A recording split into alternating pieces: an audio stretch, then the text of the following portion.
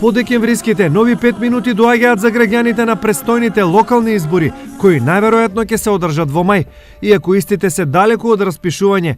Тивката кампања веќе започна и граѓаните гледаат конкретно фајде.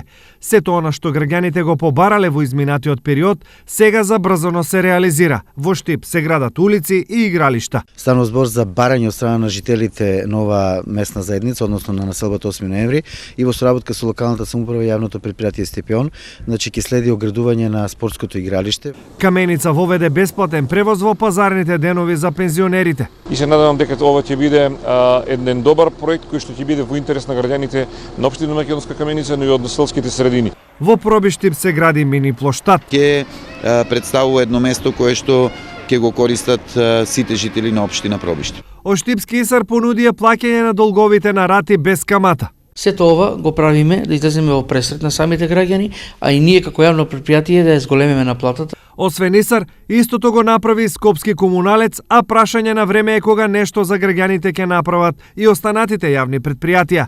Секако, се во ова е добро, а граѓаните немаат ништо против.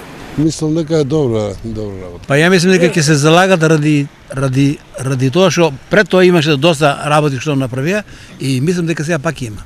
Од тие луѓе имаме ние сиромашки луѓе, треба да му оде без не може да плате, нека плате на рати, нека. Како што се ближи времето на изборите, така се зголемуваат и очекувањата на граѓаните за нови ветувања и реализации. Апсолутно. Али знаете тоа за шо?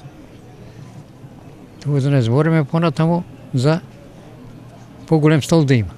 Па кој ќе добие малку ќе се стакне. Секако ова не е ништо ново и е во интерес на сите. Не џабе рекле, пред избори гласот на граѓаните се слуша најсилно.